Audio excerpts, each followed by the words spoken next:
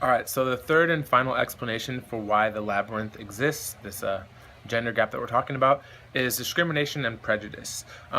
So there's a few things that go into this, and the first and the most interesting one that I noticed was this term that Northouse uses called cross pressure.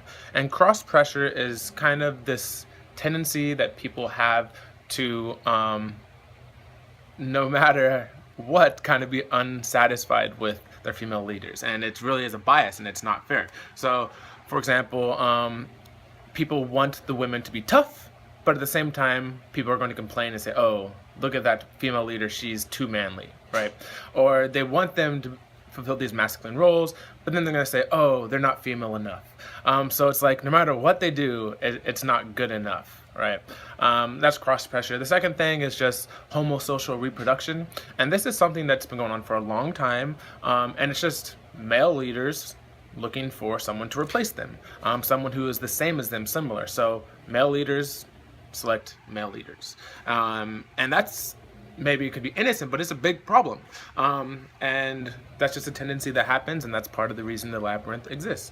The third one is women in the workplace being the token. So if you've heard that term, it's like, oh, we have all these guys here, and then we need to have one woman.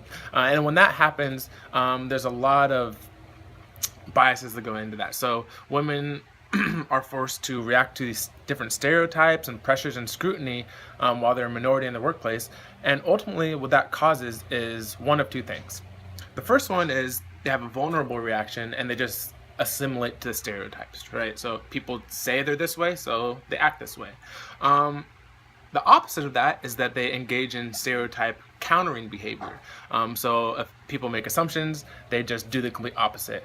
And in reality, both of those situations are kind of bad because it's not allowing these female leaders to just be authentic, because they're constantly trying to have this interaction with the stereotypes.